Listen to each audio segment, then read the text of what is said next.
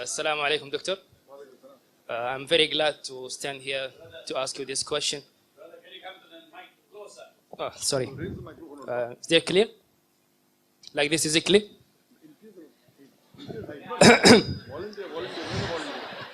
Assalamualaikum, Doctor. It's my honor to standing here asking this question. And at the same time, I'm very sad to ask this question. If the Quran is a book of the guidance, and the Islam is a religion of the knowledge and all this, then why we are Muslim as a nation, as a majority, we are standing in the back among the nations? Why, when we compare our nation with the other nations, we see a big hole between us and them? The brother asked a very good question, very important question, very relevant question. That if Quran has so much of information regarding science, technology, it's a book of knowledge, book of guidance, then why are we Muslims backward? It's a very good question. The reason is, if we look back into the history, from the 8th to the 10th century, we read in the historical books, the Europeans, they called it as the Dark Ages. Dark for whom? Dark for the Europeans. The Arabs, the advancement they made in science and technology was phenomenal. If you had to know about science, if you want to do research of science, you had to learn Arabic. Like how today we learn English.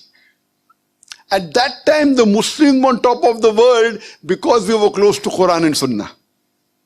Today, the reason the Muslims are backward is because we are far away from Quran and Sunnah. So Quran is not to blame, you and I are to blame.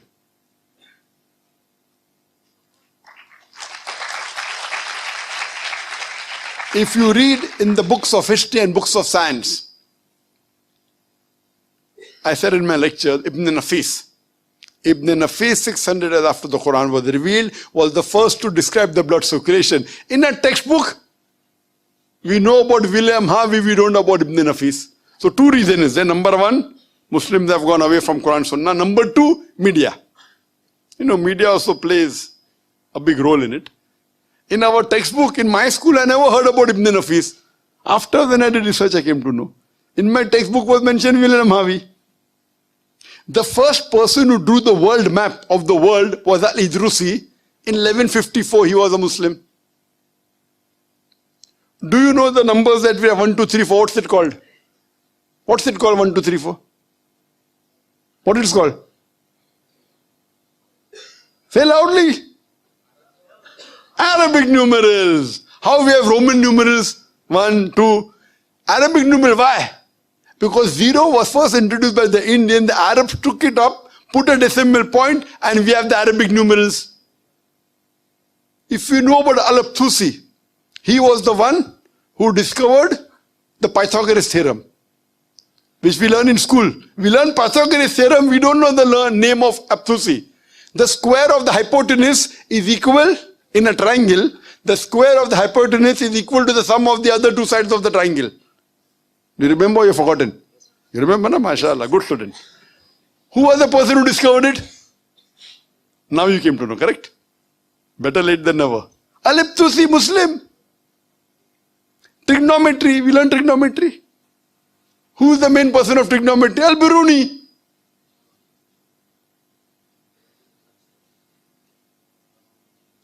We learn chemistry. Who's the father of chemistry? We know Geber. It's not Geber, it is Jaber ibn Hayyan. They want to, change the name, westernize it, Geber.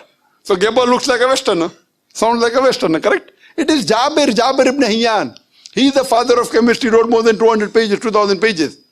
He was the first to distill alcohol. Alcohol comes from the Arabic word al-gul. Alcohol is Arabic, al-gul meaning evil spirit. He distilled it. How many people know about Al-Kindi? At the time when Newton, who's the biggest scientist in the world history, Newton said all laws are absolute. Al-Kindi said no, all laws are not absolute, they are relative. Later on, Albert Einstein came.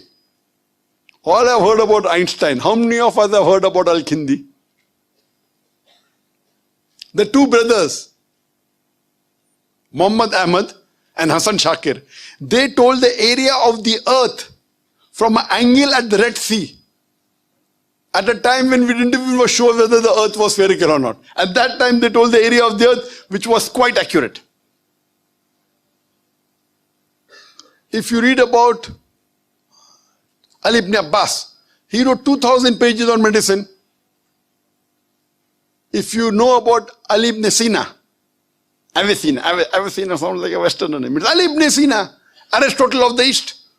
You can keep on giving examples. Muslims were on top of the world because we were close to Quran and Sunnah. Today, we are far away from the Quran and Sunnah. That time, if you wanted to get advanced in science and technology, it was compulsory you learnt Arabic. Arabic was the language on top of the world. Today, where is it? Who's to blame? We are to blame. So my request to all the Muslim brothers and sisters, you go back to the Quran. Study the Quran. Quran is the most positive book in the world. It's a proclamation to humanity. It's a fountain of mercy and wisdom. It's a warning to the heedless. It's a guide to the erring. It's an assurance to those in doubt.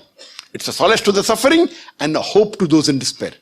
You can get all these benefits only if you read the Quran with understanding. If you don't know Arabic, read the translation of the Quran in the language you understand the best. Implement it, inshallah. It will be a guidance for you for your full life, and you'll see your life change. Hope that answers the question.